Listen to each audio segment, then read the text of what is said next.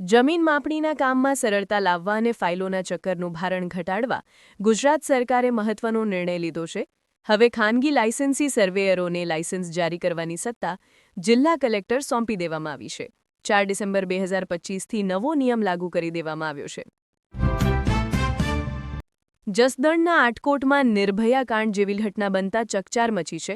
એક શ્રમિક પરિવારની 6 વર્ષની બાળકી પર અજાણ્યા શખ્સે દુષ્કર્મનો પ્રયાસ કર્યો છે. હેવાનિયતની હદ વટાવતા નરાધમે ગુપ્તાંગમાં ધારદાર હથિયાર ઘુસાડી દીધી હતું અને ગંભીર ઈજા પહોંચાડી ક્રૂરતા આચરી હતી.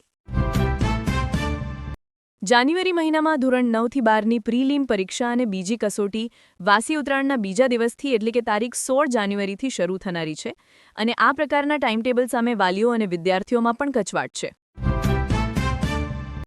ભાવનગર એસટી વર્કશોપમાંથી વિદેશી દારૂનો મસમોટો જથ્થો મળી આવતા ખળભળાટ મચી ગયો હતો. નીલમબાગ પોલીસ સ્ટેશનના ડી સ્ટાફ દ્વારા વર્કશોપમાં રેડ કરવામાં આવતા ગેરકાયદેસર પ્રવૃત્તિનો પર્દાફાશ કર્યો હતો.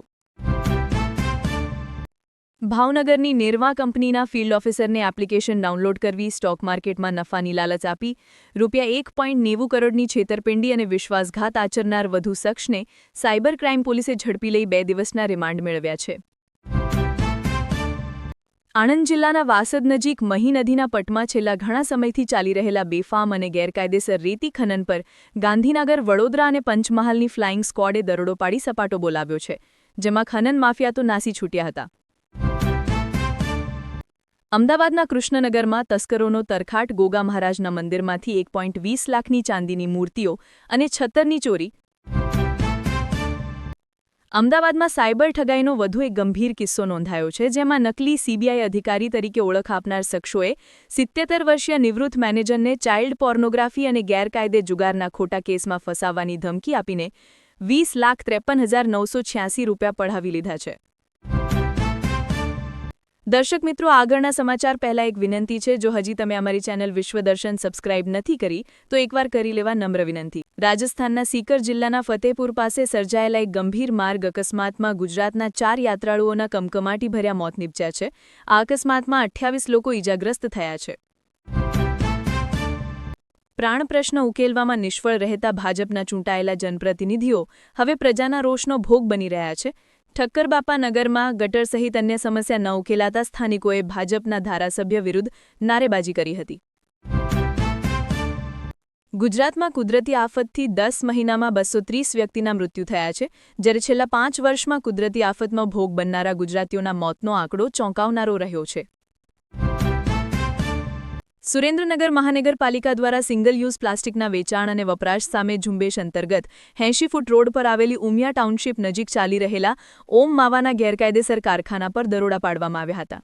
દરોડા દરમિયાન મહાનગરપાલિકાની ટીમે ફેક્ટરીમાંથી લોકોના સ્વાસ્થ્ય માટે જોખમી 1000 કિલોથી વધુ હલકી ગુણવત્તાનું પ્લાસ્ટિક જપ્ત કર્યું હતું. ઝાલાવાડના ખેડૂતો ધીરે ધીરે ઓર્ગેનિક તેમજ બાગાયતી ખેતી તરફ વળ્યા છે. વઢવાણ ખાતે મેલેડી માતાજી મંદિર તરફના રસ્તા પર ખેતર ધરાવતા ખેડૂત મગનભાઈ પરમારે પોતાની 4 વીઘા જમીનમાં ઓર્ગેનિક જામફળનું સફળ વાવેતર કરી જિલ્લાના અન્ય ખેડૂતોને નવી રાહ ચીંધી છે. સંયુક્ત રાષ્ટ્રની સંસ્થા યુનેસ્કોએ દિવાળીના તહેવારને પોતાની અમૂર્ત સાંસ્કૃતિક વિરાસતની યાદીમાં સામેલ કરી લીધો છે. આ ઐતિહાસિક નિર્ણય દિલ્હી સ્થિત લાલ કિલ્લામાં આયોજિત યુનેસ્કોની બેઠક દરમિયાન લેવામાં આવ્યો હતો, જે ભારત માટે એક અત્યંત ગૌરવપૂર્ણ ક્ષણ છે. મહિલાઓ પર અભદ્ર ટિપ્પણીના મામલે જાણીતા કથાવાચક અનિરુદ્ધાચાર્યની મુશ્કેલી વધી ગઈ છે. આ મામલે મથુરાના કોર્ટમાં તેમની સામે ફરિયાદ દાખલ કરવામાં આવી છે. ઉત્તર પ્રદેશમાં ચાલી રહેલી સર પ્રક્રિયા સામાન્ય રીતે શહેરી વોટિંગ પેટર્ન પર મજબૂત પકડ ધરાવનાર ભાજપ માટે પડકારો ઊભા કરી રહી છે, જેનું કારણ સ્પષ્ટ છે કે શહેરોની અપેક્ષા ગામડાને પ્રાથમિકતા આપનારા મતદારોની અચાનક વધતી સંખ્યા. કેન્દ્ર સરકારે વર્ષ 2027ની રાષ્ટ્રીય વસ્તી ગણતરી ડિજિટલ માધ્યમથી કરવાનો નિર્ણય લીધો છે. મંગળવારે લોકસભામાં આ અંગે એક મહત્વપૂર્ણ જાહેરાત કરતા ગૃહ રાજ્યમંત્રી નિત્યાનંદ રાયે જણાવ્યું. માઇક્રોસોફ્ટના સીઈઓ સત્ય નડેલાએ ભારતીય વડાપ્રધાન નરેન્દ્ર મોદી સાથે મુલાકાત કરી અને તેમણે ભારતમાં એઆઈમાં $17.5 અબજ એટલે કે 1.5 લાખ કરોડ રૂપિયાના રોકાણનું વચન આપ્યું છે. અમેરિકામાં ડોનાલ્ડ ટ્રમ્પની સરકારે ઇમિગ્રેશન મુદ્દે અત્યંત કડક વલણ અપનાવતા આ વર્ષે 85,000 વિઝા રદ કરી દીધા છે. ઇમિગ્રેશનના નિયમોને વધુ કડક બનાવવા અને રાષ્ટ્રીય સુરક્ષા સ્ક્રીનિંગને બહેતર બનાવવાના પ્રયાસોના ભાગરૂપે આ પગલું લેવામાં આવ્યું હોવાનું કહેવાય છે. સાઉદી અરબે દારૂના સખ્ત નિયમોમાં છૂટછાટ આપવાની દિશામાં વધુ એક પગલું ભર્યું છે, જેમાં બિન-મુસ્લિમ વિદેશી રહેવાસીઓને દારૂ ખરીદવાની મંજૂરી આપવામાં આવી છે.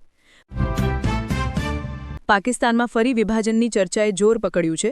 પ્રાંતોના ભાગલા પાડવાનો નિર્ણય એવા સમયે લેવાઈ રહ્યો છે જ્યારે પીઓકેમાં લોકો આઝાદીની માંગ કરી રહ્યા છે. ચાંદીનો ભાવ 2700ના ઉછાળા સાથે નવી ઐતિહાસિક સપાટીએ, સોનામાં પણ તેજી. વડોદરા શહેરના પશ્ચિમ વિસ્તારમાં આવેલા ગોરવા દશામાં મંદિર સામે ગુજરાત હાઉસિંગ બોર્ડ દ્વારા નવા મકાનો બનાવવા અંગે અગાઉના 200 જેટલા ઝૂંપડા પાલિકાની દબાણ શાખાએ તોડી. સરપંચ બનવા માટે આ તો કેવી લાહે કે ન કોઈની નીતિ ન કોઈ નિયમ, ખોટા દસ્તાવેજો રજૂ કરી તમામ નિયમ નેવે મૂકવા પડે. ચૂંટણી લડવા સરપંચે કાવા દાવા કર્યા, અંતે ખેલ ઉઘાડો પડ્યો. ખેડા જિલ્લાના વસો તાલુકામાં આવેલા બામરોલી ગામમાં આવે વાત સર્જાયો છે. લોકસભામાં આજે શિયાળુ સત્રના 7મા દિવસે સાંસદ કંગના રણાવતે ચૂંટણી સુધારા ઉપર બોલતી વખતે વડાપ્રધાન નરેન્દ્ર મોદીના વખાણની સાથે વિપક્ષ પર આકરા પ્રહારો કર્યા છે. દિલ્હીમાં પ્રદૂષણ રોકવા સરકારનું મોટો નિર્ણય, હોટલ રેસ્ટોરન્ટમાં કોલસો લાકડું બાળવા પર 5,000નો દંડ.